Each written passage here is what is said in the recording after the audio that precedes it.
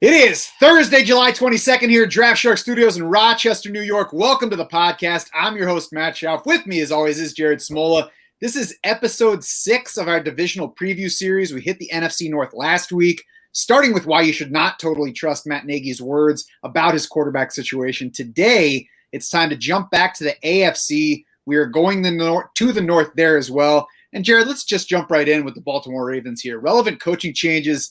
There is nothing. John Harbaugh heads into his 14th season leading the Ravens, coming off 3 straight years of 10-plus wins. The offense remains under the control of coordinator Greg Roman for the 3rd consecutive season.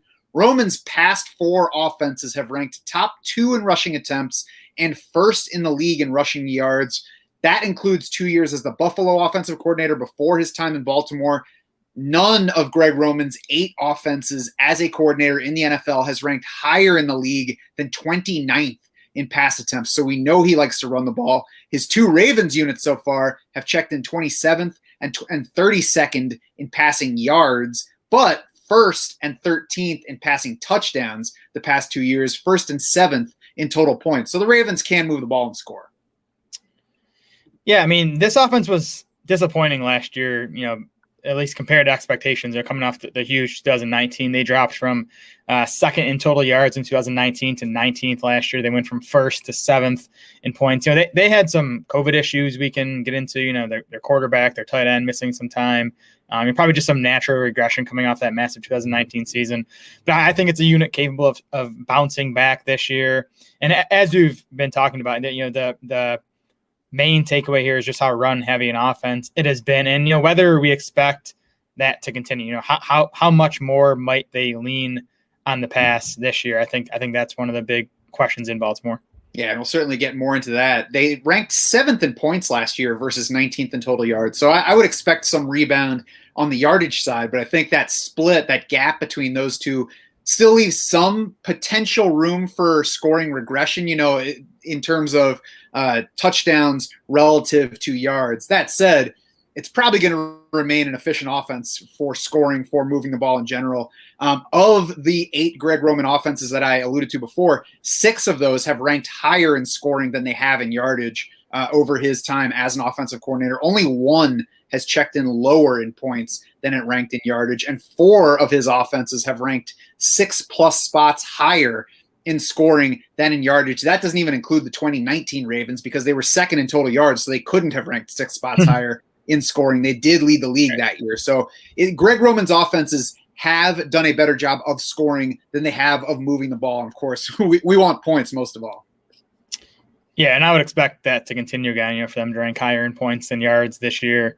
Run pass split. Where are you at? Because they've been basically exactly 44% the past 2 years. With Lamar Jackson, I bumped them up to 45.5% pass this year, which is still super low, slightly up. Just adding another first-round wide receiver in Rashad Bateman to go along with Marquise Brown. But I just still think the running game is what makes this offense go. So I don't think they're going to go too far away from that. Yeah, I mean, this is a Middle Ages offense, like Middle Ages of the NFL, talking like 70s, 80s. That's how they're handling their run-pass split. As you mentioned, 2 straight years of 44%. Those are Lamar Jackson's 2 starting seasons. They say they want to build a passing game. They say they want to throw the ball more. Their moves this offseason back that up. They signed Sammy Watkins after flirting with T.Y. Hilton and Juju Smith-Schuster in free agency. They drafted Rashad Bateman. They drafted Tylan Wallace. Roman says that he believes the Ravens have the infrastructure in place to improve as a passing offense. And he says, quote, there are definitely some things that we're doing right now to evolve. And there are definitely some things people are going to see from us that they haven't seen before. So I buy this team passing more.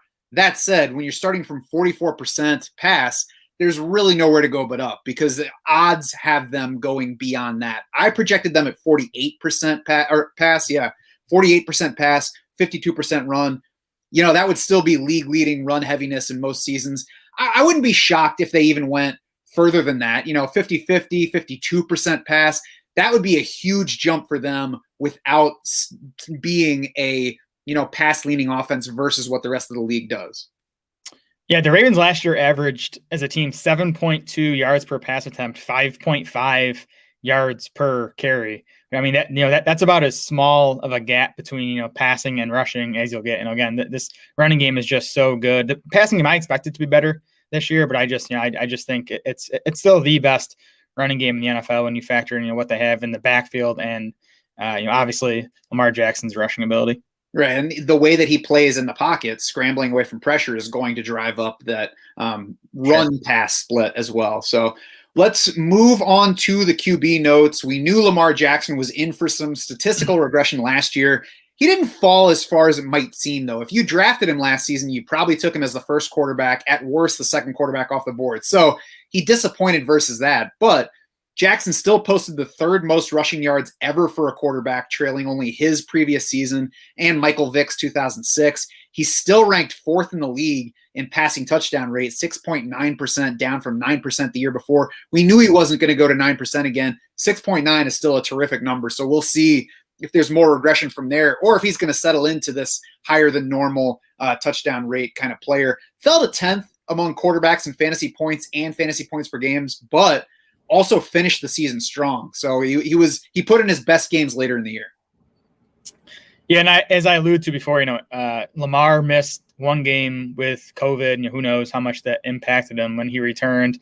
Mark Andrews missed 2 games with COVID. So this is one of the offenses I think that was most impacted by COVID last season. As you said, Lamar Jackson finished quarterback 10 last year. He also scored the 44th most fantasy points by a quarterback all time. So that just tells you, how crazy quarterback scoring was last year. If Jackson stays where he is and the rest of the pack just comes back a little bit, he could score the same amount of fantasy points and still finish as a top 5 quarterback this season. I still think it's in his range to lead the position in fantasy scoring this year. If he runs for 1,000 yards again and just, improves as a passer with the weapons they added. Jackson is one of like 5 or 6 guys who, could lead quarterbacks in fantasy points. Yeah, I agree with that. At the same time, though, last year he wasn't even that like weekly top shelf guy that he was for us in 2019. He did tie for third among multi-game starters at the position in rate of producing top 12 fantasy weeks among quarterbacks last year, looking back in my QB scoring review article. But he fell behind the other top guys in delivering those true top shelf games. Just one game of 35 plus fantasy points, for example. Meanwhile, Josh Allen, Patrick Mahomes, Kyler Murray, Tom Brady, Russell Wilson all put up 4+ games in that scoring range. Dak Prescott put up 3 of them in just 4 full outings. So Lamar Jackson was down overall. He was also down from that top shelf scoring. The ADP has been kind of up and down. For a little while, he was hanging back.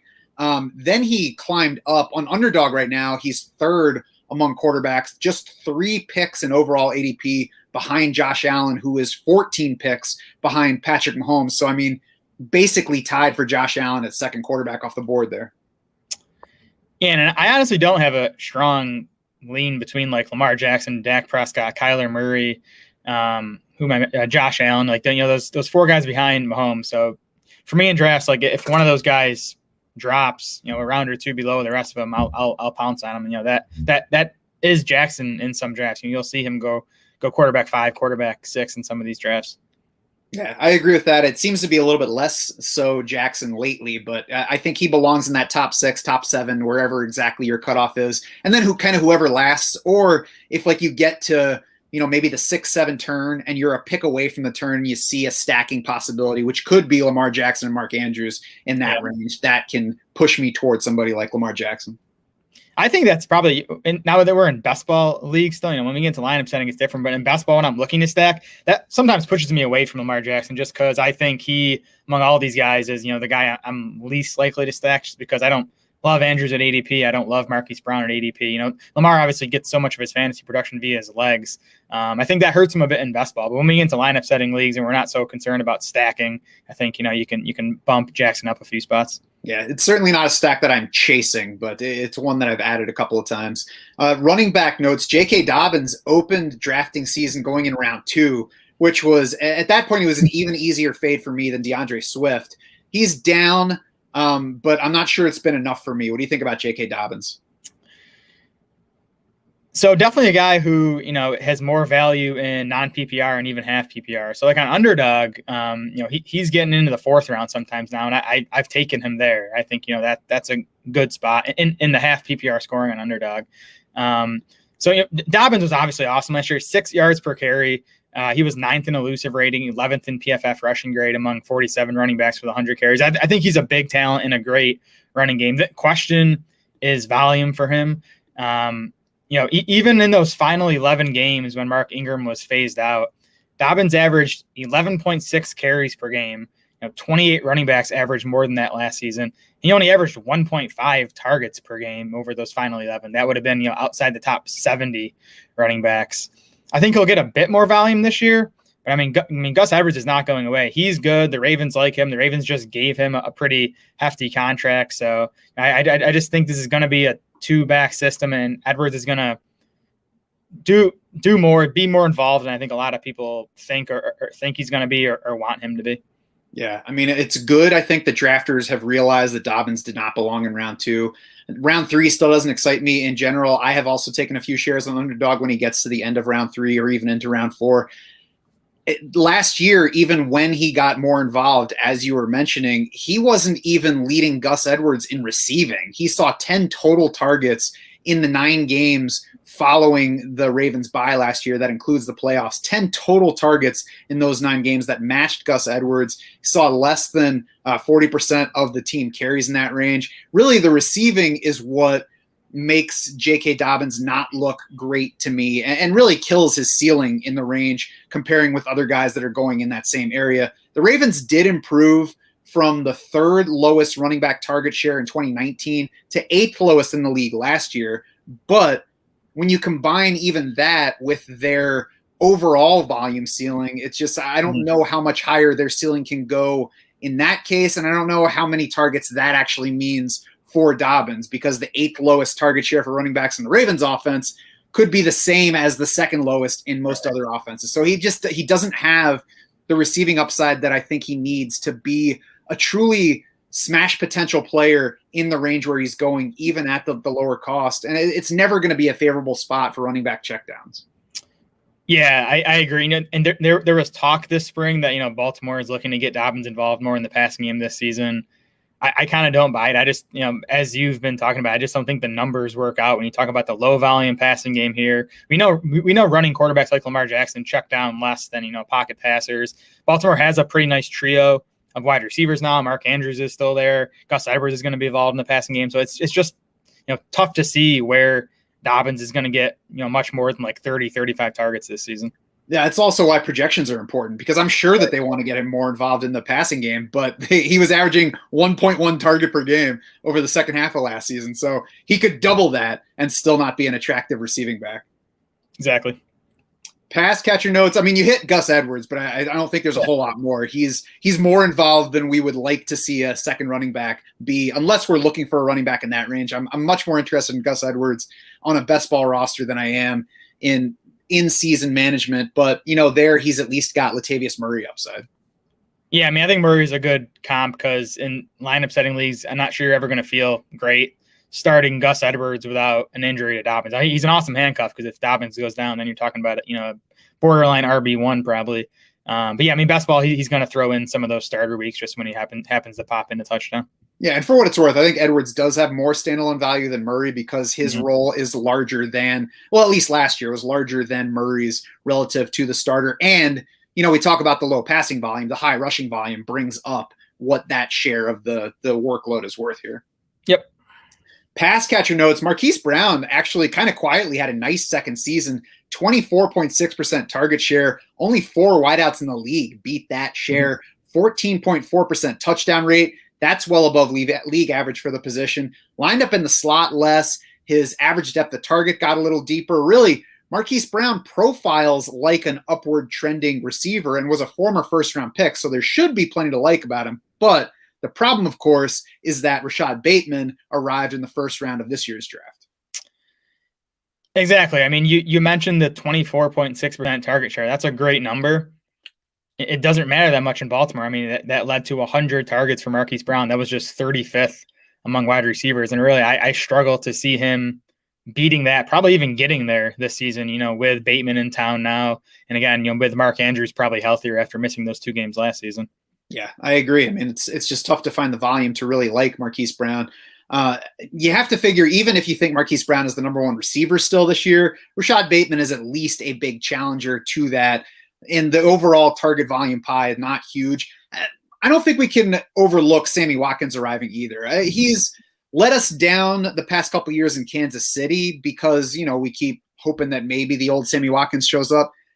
Part of that is certainly him losing a step. Another part of that was Kansas City using him as a slot type receiver, significantly shortening his average depth of target versus what he did with both the Rams and the Bills. So maybe the Ravens look to lengthen that, maybe to try to turn him back into something like the Sammy Watkins we saw from the previous two teams. Even if it's not high target volume, it's probably a better receiver than Miles Boykin at this point. So it's just another challenger to that volume. Right. Yeah, I mean, Sammy Watkins is still just 28 years old. It feels like he's been in the NFL for 10 years now, but he's still just 28. He got a 1 year, fully guaranteed $5 million deal. So not like huge money, but enough money where I think he's going to be a part of that offense. Like you said, I mean, I don't think Watkins is going to be a real fantasy factor, especially in lineup setting leagues. But he's just another kind of obstacle in the way for Marquise Brown or Rashad Bateman to get enough volume to be someone that we can really count on a weekly basis. And I do think he's a mark in favor of Lamar Jackson's upside this year because even if he's still less than he ever was before his Kansas City stop, there's some of that downfield potential to him, and he's better than what has been there. Yep, for sure. Mark Andrews, of course, we've talked about. It felt like a letdown year for him last year as well. He missed those 2 games when he was healthy, lost 1.7 PPR points per game off his 2019 average. We knew the touchdown rate was coming down. That did happen, but it was still high at 12%. Maybe that means that there's still room for regression in that area this season. But also, as I said, maybe it's just an efficient offense and it stays that way and he still scores at a higher rate. He did still see the 3rd largest target share among all tight ends, despite losing those 2 games to COVID. Yeah, still finished tight end 4 in PPR points per game. As you said, the touchdowns were the biggest difference. His volume was almost the same as 2019. He went from 6.5 targets per game to 6.3. His target share actually climbed from 23.4 to 23.7. He was still awesome in yards per route run and PFF receiving grade. He was top 5 among tight ends in both of those metrics. So, and he's quite a bit cheaper this season. So I think Andrews is a fine value where he's going in drafts right now. Yeah, and finished among top 6 tight ends for the 2nd straight year. I haven't been in love with him where he is because I feel better about TJ Hawkinson in PPR. I think he is a better bet for target total and target consistency. And then I just don't see a huge gap between Andrews and Noah Fant and Tyler Higbee. But I don't know, at this point, I'm kind of reaching a point where I'm wondering if maybe I'm underrating Mark Andrews a little bit just because he's a surer bet, I think, after the past 2 years to not let me down than Noah Fant or Tyler Higbee. Yeah, so I think we both have him tight end 6, right? I mean, he's your tight end 6. I think so. I've kind of waffled on that a little bit. Yeah, see, like I have him tight end 6, but I have him much closer to the Hawkinson Pitts tier than the Goddard Fant Higbee tier behind him. Yeah, I think it's Hawkinson, and then I have Pitts, Andrews, Noah Fant all together right there. Got it. Who do you like among Ravens? Andrews and Lamar Jackson, like I'm cool with where they're going. Like, I'll take them if that's the position I'm looking for and they're available at ADP. Gus Edwards, I think, is okay if we're talking best ball. He's RB 38, late 9th round. I think that's a decent spot for him. So those are the guys I'm targeting. It's it's the wide receivers, and they're cheap enough. Marquise Brown is wide receiver 48 in ADP. Rashad Bateman's wide receiver 58 in ADP. So I can't hate on those guys. They just haven't quite been targets for me yet. I'm not chasing anybody here. There's no Raven that I love in drafts. It's been Rashad Bateman as my favorite lately, though. You mentioned he's in the mid-50s among wide receivers, and I think it's an appropriate price for him, but I think that he's the one guy who could have more ceiling potential than we can reasonably project right now. If he becomes their number 1 wide receiver ahead of Marquise Brown right away, if the Ravens do make a significant jump in passing volume. And again, a significant jump for them can be to 52 or 53% pass. That would be a large jump in volume from last year. If both of those things happen and Bateman proves efficient, in catch rate, yards per catch, touchdown opportunities, I think ultimately the ceiling on him is more attractive versus his price than it is for anybody else in Baltimore.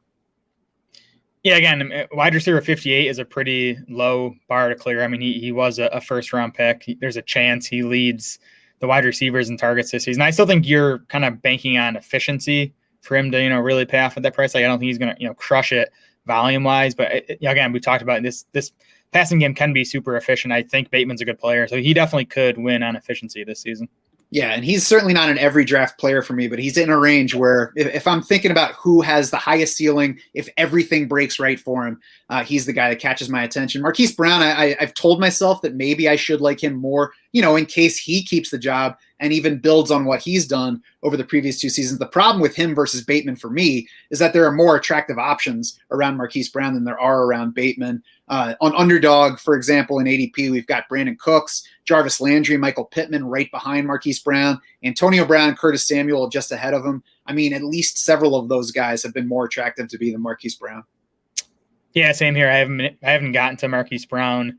Yeah, and really, best ball, I think, is the time to be drafting him. I think he's going to be more valuable there just with that big playability. So he'll probably drop even a bit further for me when we get to lineup setting leagues. Who do you specifically dislike among Ravens? Just J.K. Dobbins at, the ADP we have him we have him going early 3rd round. I think that's FFPC I pulled as RB15. That's about a round and like 5 running back spots too early for me. Just really with the lack of volume, especially in the passing game, but even in the running game, he's just not going to have 20 carry games because of Gus Edwards and Lamar Jackson taking so many carries. Yeah, I like him as a player. Obviously, if it's a good place to be part of the running game, but I just don't see the ultimate ceiling on him to make me regret passing on him in round 3. Again, I've got some cursory shares when he gets to the 3-4 turn, but beyond that, he's definitely not a target for me. Yep. Cincinnati Bengals, anything relevant on the coaching front? No, it's head coach Zach Taylor and offensive coordinator Brian Callahan back for their 3rd season in Cincinnati. It has not been pretty so far for those 2 guys in the Bengals over the past 2 seasons. They've finished 26th and 29th in total yards. They've been 30th and 29th in points scored. They've been 29th both seasons in Football Outsiders DVOA. They did deal with bad quarterback play in their first season in 2019, and then bad quarterback play over the second half of last season without Joe Burrow. So some excuses there, but definitely a staff that has a lot to prove still.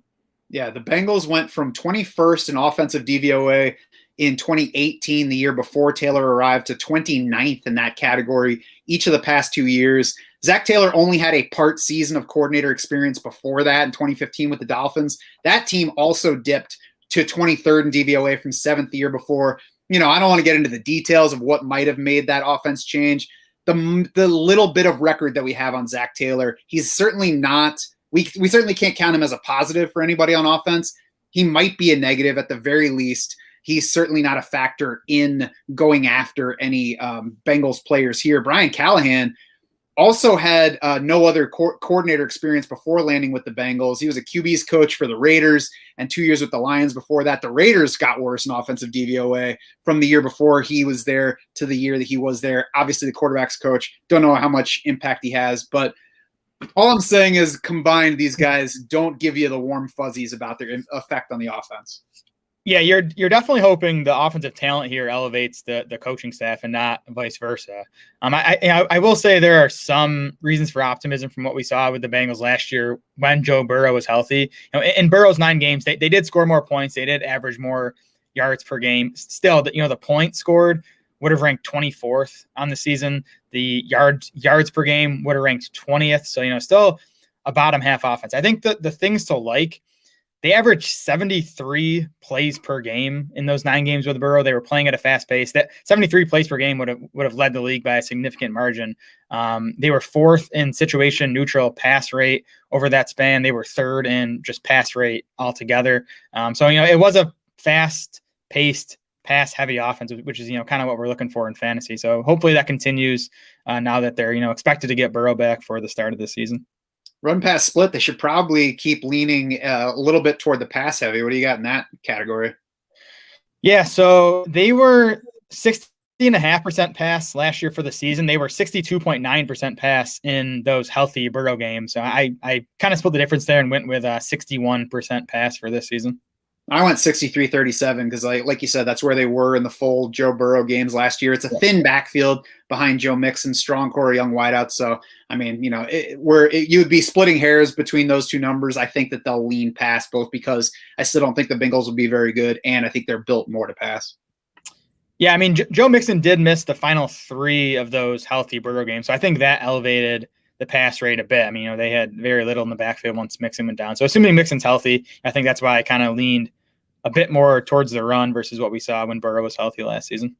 Quarterback notes, if Joe Burrow were coming off a full rookie season, I would probably be in on the upside. That said, he'd probably be going even earlier than he is. So before we get to his current ADP, I looked back and found 13 instances of a quarterback coming off an ACL tear since 2005. That's not counting Burrow last season because we don't have his follow-up season yet to measure. Only 2 of those 13 increased their fantasy points per game the next year. The median effect for that group was a loss of 2 fantasy points per game. And that's even without assigning values for the 2 cases where the quarterback did not play the next year. That was Sam Bradford in 2014, Teddy Bridgewater in 2017. Joe Burrow ranked 16th in fantasy points per game last year. If you take away the game that he left early, he climbs to QB 14, so a little bit better. Take 2 points off of that average, he's QB 20 in points per game. That was Jared Goff last season. Yeah, so Burrow's ADP has been dropping in some places. You know, our recent FFPC ADP has him at quarterback 13.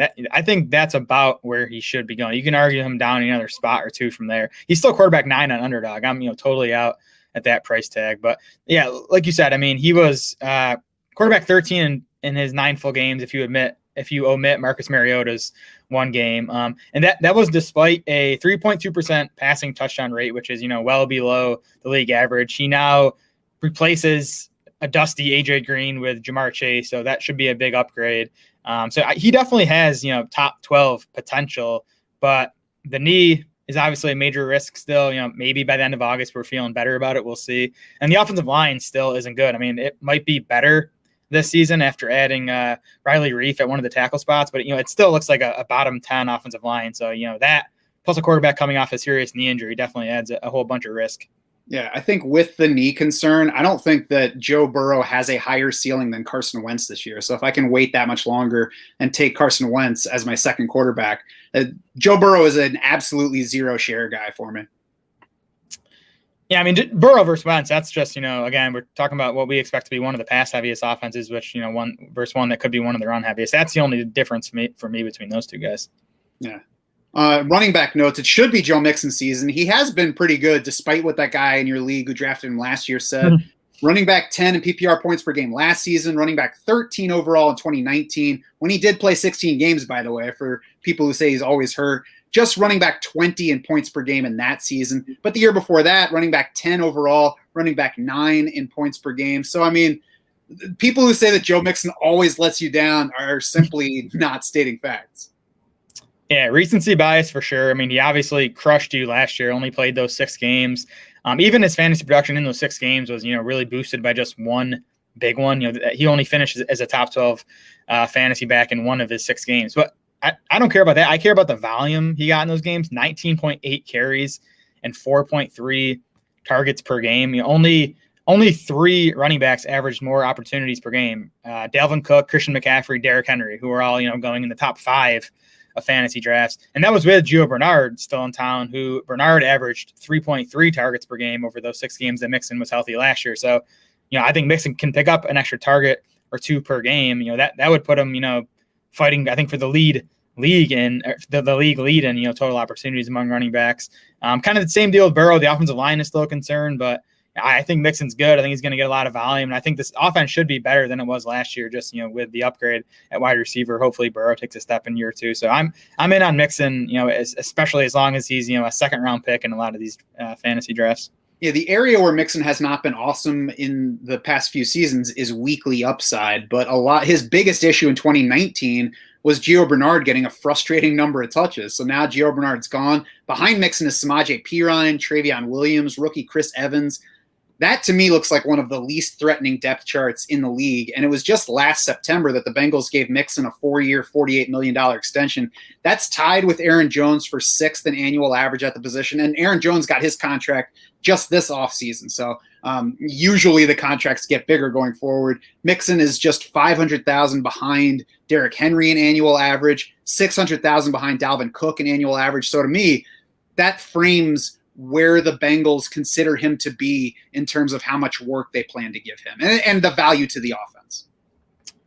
Yeah, and I mean, the coaching staff has come out and said this offseason they want him to, not leave the field as much as he has the past few years with Gio Bernard. That, like you said, the options behind him are weak. And I mean, Mixon's a good pass catcher. He was a good pass catcher coming out of Oklahoma, and he's been good in the NFL so far. So really no reason for him not to be a big part of that passing game. Pass catcher notes, there's plenty to get excited about among the top 3 receivers in Cincinnati. The problem is that fantasy drafters, probably for me at least, fantasy drafters are excited. Jamar Chase, currently wide receiver 22 in underdog ADP, is going late in the 4th round. T. Higgins, wide receiver 24 at the 4-5 turn. Then Tyler Boyd's down at wide receiver 37 in the first half of round 7. What do you think about these guys? Yeah, Chase to me is the one that I really haven't come close to drafting yet. I think I even lean Higgins over Chase straight up. I mean, it's basically a coin toss for me, but Higgins almost always goes like a round or sometimes 2 rounds later.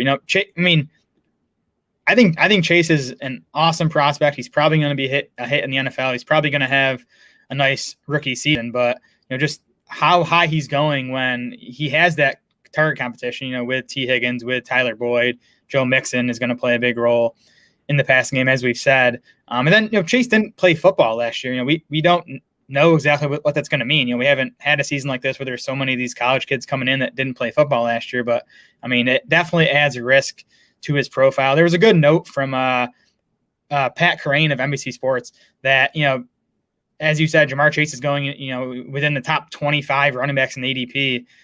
The highest rookie wide receiver ADP over the previous 4 years was CeeDee Lamb at wide receiver 40. So, where Chase is going is just, we've never seen a rookie wide receiver, going this early in fantasy drafts. Yeah, that's the thing is you can say I'm not going to discount Jamar Chase for missing a year of football because I don't know that it's a negative for him. But if you have to make that high a bet on that guy, then that significantly decreases the value. I mean, he can't be this year's Justin Jefferson because he's going too early in drafts to be Justin Jefferson. Where he's going, he wouldn't even be Stephon Diggs if he hits his absolute ceiling. If Jamar Chase gets 150 targets and just puts up a magical rookie season, he still wouldn't have the impact that Stephon Diggs had as a 5th round pick last year. So even if you believe ultimately in Jamar Chase, you think he's the best wide receiver prospect in at least, 7 years, he just doesn't make sense at the level where he's going, especially when you factor in that he's playing with a quarterback coming off an ACL tear in a bad offense that hasn't produced yardage or points-wise. To me, the Jamar Chase's ADP is nonsense, and his presence hurts T. Higgins for me. I would be more interested in T. Higgins than Jamar Chase. I'm okay with where Higgins is going. To me, though, Tyler Boyd's the only one that I'm actually really considering in most cases on draft days. Yeah, I mean, Tyler Boyd just underrated again, like he's been, the past 2-3 years now. I mean, he was PPR wide receiver 15 in 2018. He was 17th in 2019. His scoring average in his 14 healthy games last year would have made him 22nd among wide receivers in PPR points. Again, some of that came without Joe Burrow. If you look at just Boyd's 9 full games with Joe Burrow, he would have been PPR wide receiver 13. So, yeah, he's going to lose some targets probably with Jamar Chase there, although he might not even, because remember, AJ Green saw 104 targets last year. I mean, Chase could just pick up those, and then Higgins and Boyd could see the same volume they saw last season. So, I mean, there's more than enough discount baked in on Boyd's ADP for him to, to pay off pretty easily, I think. Yeah, as I mentioned, wide receiver 37 on underdog right now. He finished wide receiver 30 last year, 17 and 15 the 2 years before. So it seems like you're drafting Tyler Boyd at his floor. I get that he's not the most exciting player, but, unexciting players score fantasy points too. So a lot of times there's value in being that unexciting wide receiver. Speaking of unexciting, let's close out the pass catchers with CJ Uzomah. He's a name to know, I think, in tight end 3 range at the end of a draft, especially FFPC, but I don't think there's really much ceiling to him. Nobody sees the tight end job in his absence last year after he suffered his injury in week 2. But it looks like the Bengals could have cut him and saved about $5 million in cap space this offseason. They didn't. Looks like the favorite right now to lead the position, but it's probably also open to some competition in camp this year.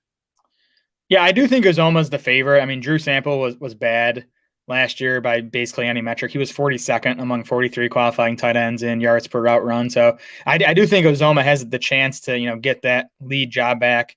He's, far from exciting as a fantasy prospect. It really wasn't exciting to begin with. Now he's coming off a torn Achilles, which is, a tough injury to return from. And then, the Bengals tight ends last year combined for only 71 targets. And even that mark might come down this season again, with Jamar Chase replacing AJ Green. So he's only a guy I'll consider as, my tight end 3 in these deeper best ball drafts. Who I like, Tyler Boyd, most among the wide receivers, Joe Mixon behind that. I think they're both going in fair ranges. Not every draft kind of guys, but certainly guys that I'm getting plenty of shares of. Yeah, I probably need to scale back my Mixon exposure a bit. My problem is I keep getting picked like 9, 10, 11 in these drafts, and then he's just sitting there for me in the second round, and I can't pass on him. So I like Joe Mixon a lot. He's running back 13 on FFPC, running back 12 on Underdog. It's 2 or 3 spots below where I have him ranked. Love Tyler Boyd at cost. I like T. Higgins at cost, wide receiver 25. That's about where we have him ranked. Still think he can beat that, though. He had a very impressive rookie season. He was a prospect we'd liked coming out. So Boyd and Higgins are the 2 Bengals wide receivers I'm taking, and not Jamar Chase. For me, Aaron Jones and Devontae Adams getting into round 2 have made it a lot easier to not overload on Joe Mixon. Who I don't, it's definitely Jamar Chase first. I'm not sure I have any shares. Maybe I took one at some point just to make sure I got some exposure there, but I'm not even sure I've done that. And then behind that is Joe Burrow. Both of those guys are active avoids for me. If Joe Burrow is the top quarterback left, then I'm waiting on somebody else. Yeah, again, I have not come close to drafting Jamar Chase. He'd have to at least get into like the mid 5th round for me to consider him. He pretty consistently goes in round 4. And then Burrow, again, depends on where you're drafting. Underdog, he's quarterback 9. I'm not going anywhere near him at that price. Quarterback 13 on FFPC. I think that's, fair if I need a quarterback in that range. I still prefer Tom Brady and Matt Stafford pretty easily over Joe Burrow. Definitely for me as well. Cleveland Browns, nothing significant here either on the coaching change front. Year 2 with Kevin Stefanski in the head job and Alex Van Pelt as the OC. Last year's Browns climbed from 22nd in both points and yards to 14th and 16th in those categories, respectively. Increased their yards per play by 0.2, up from 14th to a tie for 11th, up from 20th in offensive DVOA in 2019 to 9th in that category last year. And the Browns were efficient both running and passing, 7th in rush DVOA, 10th in passing DVOA last season. Yeah, pretty solid season, for that new coaching staff. The other note I have here too is the Browns had those 2 games that were, really impacted by high winds where that, neither team was like passing the ball. There was also that week 16 game where all 4 of their top wide receivers at the time were out with COVID. So, they were kind of 3 games last season that were impacted by funky stuff going on. I think that probably boosted their run rate. It definitely boosted their run rate if you're just looking at the weather impacted games. And they started throwing it quite a bit more over the second half, or not just down the stretch last season. They were about 46% pass in situation or in neutral situations through week 12. That vaulted to 61%, from week 13 into their 2 playoff games. So that's my biggest question here with the Browns is, just how much more they'll lean on the pass than what we saw last year. Yeah, the games you mentioned makes it tough to truly gauge what they were trying to do last year. It was the league's 4th most run-heavy offense overall. That kind of follows in line with what Kevin Stefanski's offense in Minnesota did. Of course, we didn't see a lot of him as the coordinator there either, but it looks like a team that's built to run plenty. 48.4% run last year. There was a wide swing from wins to losses, 53.6% run in their victories, 36.6% run in their losses. They did go 11-5 last year.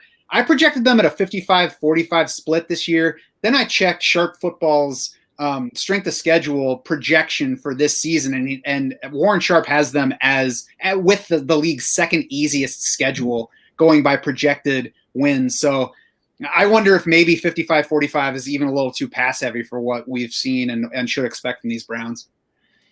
Yeah, I went 53.5% pass, really for that reason. Just that I expect the Browns to be really good this season. They have the pieces on offense, a great offensive line. I think that the defense is getting better. So I think this is a team that can contend with the Chiefs to win the AFC. So just for that reason, kind of game flow, kind of boosting the run rate a bit, and of course they have probably the most talented backfield tandem in the NFL. Mm-hmm. Quarterback notes: Baker Mayfield rebounded in 2020 from a 2019 downturn, appeared to get better as the season went on. Now, you can look at that and where things turned and say that losing Odell Beckham made things run better. Or perhaps things just ran better because they were getting more games behind them in a brand new offense under a new set of coaches. And the fact that Odell Beckham was not there was purely coincidence. So obviously, we have no idea which of those two things is true right now. We'll see going forward. I do think that for fantasy purposes, the run heaviness in Cleveland that we have seen and that we expect to continue to see limits the fantasy upside for Baker Mayfield. Yeah, I agree. I mean, I think how high you are in Baker depends on how much you expect Cleveland to throw it this season. As you said, he was better over the second half of last season. I think that was because he was getting more comfortable, and also because again they did increase their pass rate down the stretch there.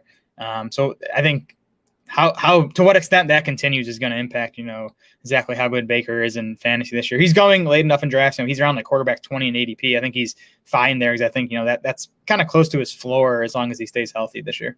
Yeah, QB 21 on Underdog specifically. And nothing wrong with that price, certainly. Still just ahead of Carson Wentz. I think that the floor is lower for Carson Wentz, but I think the ceiling is probably also higher than it is for Baker Mayfield because I think there's a better chance that Wentz gets the volume. Plus, his stacking options are cheaper for when you're looking in that range of a draft. Yep, I'm with you there. Running back notes: Nick Chubb's a stud. He is a stud. And his offensive line is studly too, as I mentioned. All 5 O-line stars returned for Cleveland. They ranked first in PFF run blocking grades last year. They were 6th in adjusted line yards. So, studly running back behind a great offensive line. I mean, the only concerns for Chubb is volume. I mean, not so much on the ground, a little bit because you have Kareem Hunt there, but, it's the targets that we're worried about. He did see an uptick in target volume down the stretch last season. Again, from week 13 on when the Browns, kind of elevated that pass rate. He saw 2.9 targets per game the rest of the way after seeing just 1 target per game before that. If he can, even see 2.5 targets per game, that would help quite a bit.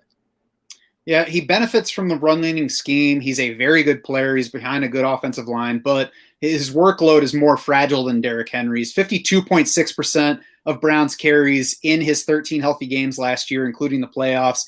That would have ranked 7th for the season at the position, so that's solid for a carry share, but it's also 20 percentage points behind Derrick Henry's league lead from last year, and I think that it's worth comparing those two guys because they're similar in what they're getting within their offenses. They're going to be high-volume rushers and low-volume receivers, 1.9 targets per game overall for Chubb in those 13 games last year. We'll see if the late-season trend continues or if it was just, this small sample size thing and they don't want Nick Chubb to get that many targets. Overall, it certainly adds fragility to his week-to-week upside and, his ultimate consistency scoring for your fantasy team.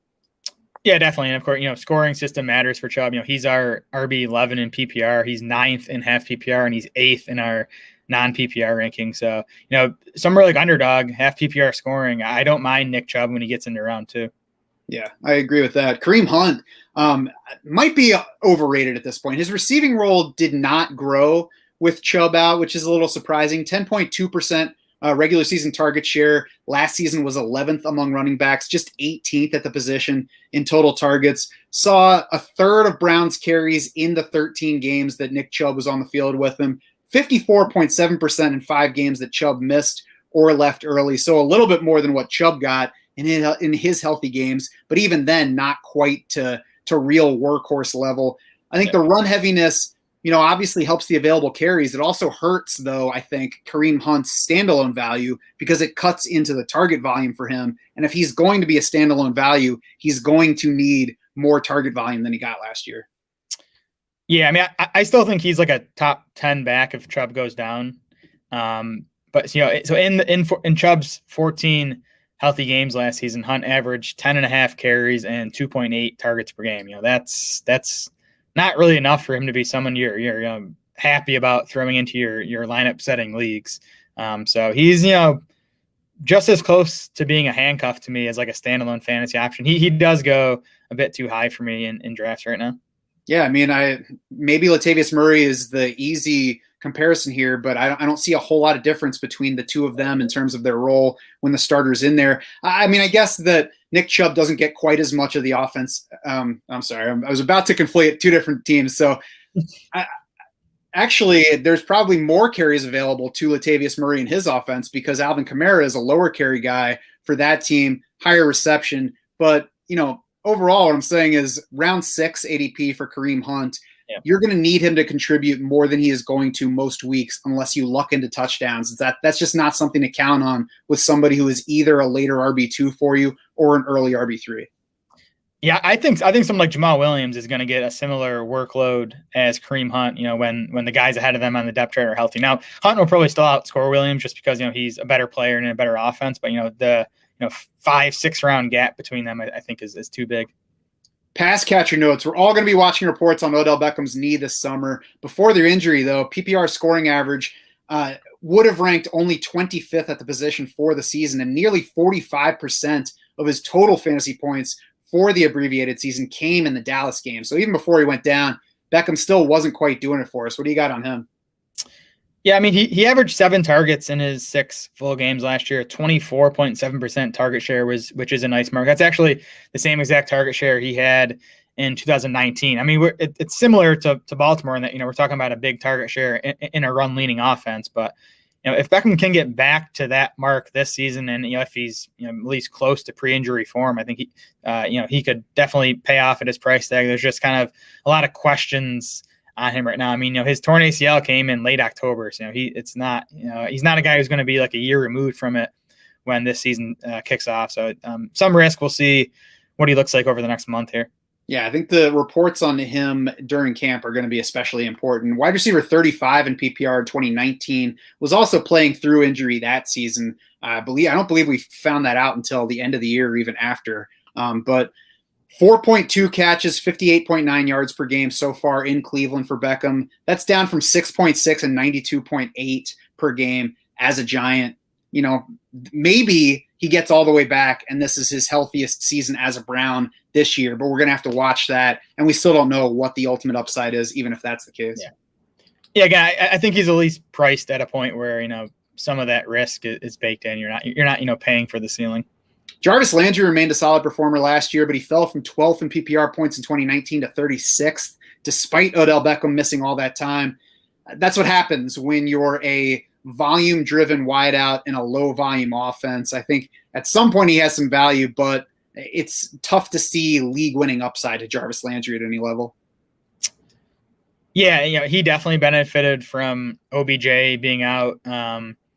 Landry averaged just 9.3 PPR points per game with Odell Beckham, 14.6 without him. His targets went from 5.5 per game with Odell Beckham to 7.8 without him. Now, back in 2019, Landry out-targeted Beckham 138 to 133. So, I mean, the targets could still be close between them this season. And in Landry's defense, I mean, he had a serious hip surgery last February before the season. I think, he was limited at least throughout the spring. I can't remember what his status was in camp. He also suffered a broken rib in week 5 last year. He missed week 16 on the COVID list. So tough season for Landry injury wise. I agree. He doesn't bring a big season long or weekly ceiling. So, probably a guy you discount in best ball, but probably a guy you're more interested in when you're drafting in a lineup setting league. It's a good point. I forgot about the hip surgery right before the season that had me doubting him heading into the season. Rashard Higgins probably should be the favorite to lead the wide receiver 3 spot. We'll see about Donovan Peoples-Jones's challenge in his second training camp. Really, though, it's not a spot that's all that interesting no matter who it is because of that low-volume pass offense. Yeah, low-volume pass offense, and the Browns will be up near the top of the league, I think, in 2 tight end sets. So, that's going to mean fewer snaps for whoever that third wide receiver is. Speaking of tight ends, there is upside to Austin Hooper, but that's really just because he's going at the bottom of tight end 2 range now. David Njoku's still around, at least for the moment. We'll see if he gets moved in later summer. Harrison Bryant is still there, so even if David Njoku goes, there's still a challenger. And that whole volume thing again. So I think with Austin Hooper going that low, he's certainly a solid value. He could definitely way outperform that, just not an exciting ceiling. Yeah, I agree. Hooper missed 2 games last year after an appendectomy. He missed the 3rd game with a neck injury. But even still, he was only 22nd among tight ends in PPR points per game. I do expect him to remain pretty clearly ahead of Harrison Bryant and David Njoku. The Browns gave Hooper that 4-year, $42 million deal just last offseason. So I think that money will kind of keep him as the lead tight end. But I think the only reason to like him, as you said, is just that he's going so late in fantasy drafts. So he'll probably beat his ADP, even if he's not a big difference maker for fantasy teams. Who I like, there is absolutely nobody I'm actively chasing among the Browns. I'm probably most interested in Odell Beckham. Just like I said, I think if all things go in his direction, he's the one guy that really has the big upside to make a difference for your season. Yeah, OBJ, ADP wide receiver 28. He's a guy I've forced myself to even reach down our rankings a few spots just to make sure I get some shares of Odell Beckham. Austin Hooper, tight end 25 on FFPC, and Jarvis Landry, wide receiver 47. I mean, they're going to beat those price tags, even if they're not super exciting, weekly options. I do think at some point they become values, even if just for the floor they're going to give you. Yeah, there's certainly guys I'm fine with, but I find myself chasing ceiling in those areas. The who I don't side, I don't hate anyone on the other side of that, but I'm not taking any Kareem Hunt at this point. Even if I'm looking running back there, I'd rather take Trey Sermon just behind Kareem Hunt in underdog ADP. Really more often, though, in that range, I'm just opting for another position. Yeah, same here. I haven't taken Hunt a single time, I don't think, in drafts. And then Nick Chubb, again, it depends where you're drafting. He's actually RB9 on both FFPC and underdog right now. Obviously has more value on underdog with it being the half PPR. So, he's a guy I've taken in the 2nd round on underdog. If you're talking, FFPC or something that's full PPR, he'd need to get to the back half of round 2 before I consider him. And he really has that weekly upside to have a smash game in that format too. Yep. Pittsburgh Steelers, the last team in this division. What's relevant on the coaching change front? Yeah, Mike Tomlin back as head coach for what feels like the 30th year, but new offensive coordinator in Matt Canada. He was the Steelers quarterback coach last year, has no NFL play calling experience, he has 9 different stints as a college offensive coordinator. And I think that's kind of a bad thing that, he hasn't stuck around anywhere long enough. But, again, really nothing to go on as far as NFL play calling. You also have Big Ben there, who I think is, as involved as a, quote unquote quarterback / play caller as any other quarterback in the league. So we'll see. The talk has been about, Canada liking, motion in his offense and, trying to go up tempo, which we hear from basically every team at this time of year, but no NFL play calling experience to go on here with Matt Canada. Yeah, it's interesting that he followed the same path as Randy Fichtner, who was the QB's coach before he took over as OC, but Canada was only is just now in his 2nd year with the team. Fichtner spent 8 years as the QB's coach and 11 total on the Steelers staff before taking over as coordinator. You mentioned all the years as an OC in college. I think the biggest upside to Matt Canada is that if he doesn't work out, South Park has already written the Blame Canada song for the Steelers fans to sing. Nice. What do you think on run pass split this year? Yeah, so Pittsburgh was one of the pass heaviest teams in the NFL last year. They led the league in pass attempts. They were 2nd in pass rate. They were 4th in situation neutral pass rate. Yeah, I'm sure some of that was by design. Again, Big Ben probably wanting to chuck the ball all over the yard. Some of it was because they just had no running game, and now they spend the 1st round pick on Najee Harris. Big Ben is a year older. The offensive line, I think we'll get to, is a major question mark. So I have them running quite a bit more this season. I took them, they were 64% pass last year. I took them down to 58% pass this year. I have it at 58.5%. They were at about 58.42 in 2019. Mike Tomlin was clearly not happy with how the offense fell out last year, pass versus run. I think that was the biggest reason for the change at OC. So yeah, I think that's the range we should expect them to be in. And I still think it's a pass built team with those receivers that they have, but we'll see about their aging quarterback, who we're going to get to next. Yeah, let's get to Roethlisberger. It was ugly for him, especially down the stretch last season. Just looking at the season-long numbers, 6.3 yards per attempt. That was easily the lowest of his career, other than his 2-game 2019 season. He actually averaged just 5.7 yards per attempt in that abbreviated season. 7.4 yard average depth of throw for Roethlisberger. That was 28th among 32 qualifying quarterbacks. He ranked 22nd among those 32 quarterbacks in PFF passing grade, and he got worse as the season progressed. He completed 67% of his passes over the first 9 games. That fell to 64% over the final 6. He went from 6.8 yards per attempt down to 5.6 yards per attempt. He's 39 years old now, and the offensive line, to me, is a major question. They lost 4 starters from last season. On paper, it looks like one of the worst O-lines in the league. So, bad O-line behind an aging quarterback, I think there's a lot of risk there for this passing game. PFF graded last year as Roethlisberger's worst season other than his rookie year. It was the lowest ADOT of his career. He still checked in 14th in total fantasy points, but 16th in points per game, 38th in fantasy points per pass attempt. So volume was huge for him. I mean, he belongs low in QB2 range where he's going. And there's certainly a chance that he declines further from what he was last season in his age 39 season. You could say now he's a year further beyond that elbow surgery. Okay, sure. His elbow is also another year older. I mean, we watched Peyton Manning just out of nowhere just implode. Maybe we already watched the beginning of Ben Roethlisberger turn into what Peyton Manning was that final season.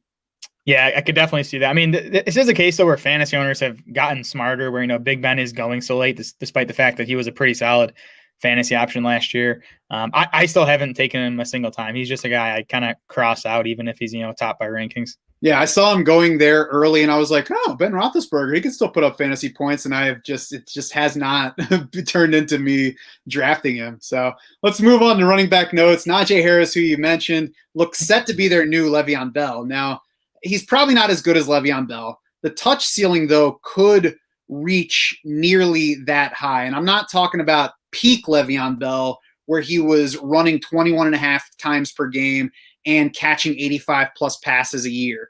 I'm talking about beginning of career Le'Veon Bell. He was just under 19 carries a game for those Steelers in each of his first 3 years. He averaged 3.5 receptions per game as a rookie. That's about 60 over a 17-game season. I could see Najee Harris getting to those numbers right away.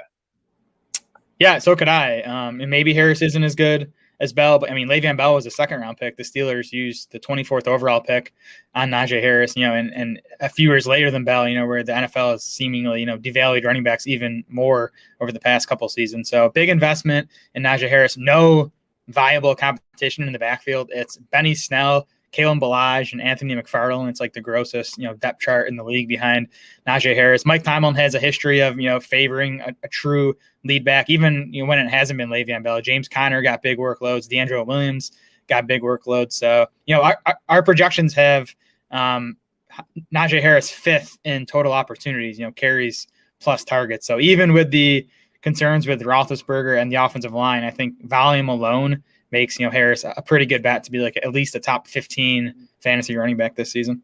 Yes, Harris is a good, not great prospect, decent speed for his size, better receiving skills than you normally see from a guy this big. You can read his full Dynasty Prospect Scouting report on DraftSharks.com for more details on him. You can check his player profile. I think round 2 is fair given his situation. As you mentioned, the depth chart behind him, the volume should be there. It's basically the same situation that Clyde Edwards-Helaire was heading into in Kansas City last year in terms of the immediately available volume. Not nearly as good an offense as the Kansas City one, but also I don't think that we're going to see the Steelers try to add somebody the way that Kansas City did Bell last year. Yeah, I think Harris belongs in the back half of round 2, which is basically where he's going. And it sounds funny to say about a rookie running back, but I do think he's one of the safer picks in that territory just because, again, I just think that volume is so safe to be there. And, of course, you always have to put air quotes around it because if he gets injured in week 3, people are like, oh, you said this guy was safe. Any of them could get injured. Yes, correct. I do think that, we're talking about volume before we move on. I think the O-line is an issue, but it's also an issue that can be overblown because if you're carrying, look at the Le'Veon Bell season from his rookie year. He had a foot injury to begin that year. He then averaged less than 4 yards per carry. He was still getting the huge volume, still delivered for us. So Najee Harris could average 3.8 yards per carry, average 6.5 yards per catch, and still be a top 12 back for us. Exactly. Pass catcher notes, this wide receiver core still crowded. They re-signed Juju. They've got Deontay Johnson. They've got Chase Claypool. What you got on the Steelers receivers? I mean, Deontay Johnson was the clear leader here when he was healthy. It was a bit of a funky season. He missed one game with injury. He left 2 more games early with injury, and he was also benched for part of that Bills game when he dropped a couple passes. In his other 13 games, including that playoff loss to the Browns, he averaged 11.5 targets per game. He had 10 plus targets in all but 2 of those games.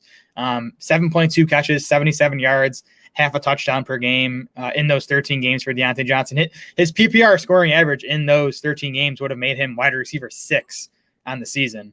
I think the issues going into 2021 now, just how much less are the Steelers going to throw the ball? And I think, we agree they're going to throw it less. That's going to hurt Deontay Johnson, obviously. And then I do think there's a chance that, Chase Claypool, maybe even Juju, cuts into Deontay Johnson's target share a bit this year. Yeah, the Steelers threw the ball 17 more times than any other team in the league last year, even though they tied for 11th in the league in total plays. Deontay Johnson still, as you said, operated as the lead receiver. He had when he returned from injury in week 7, from that point on, including the playoffs, Johnson drew 24% of the targets the rest of the way. Juju Smith-Schuster drew 21.3%. Chase Claypool drew 16.5%. That was after he had, claimed his role in the offense. Pittsburgh also limited his exposure late in the season, apparently because Mike Tomlin wanted to avoid a rookie wall rather than wait until his rookie hit that wall and then sit him down. I don't know what the motivation is there, but there's room for certainly Chase Claypool's role to grow this year. There's also the chance that doesn't. There's the chance that Deontay Johnson stays the clear leader in target share.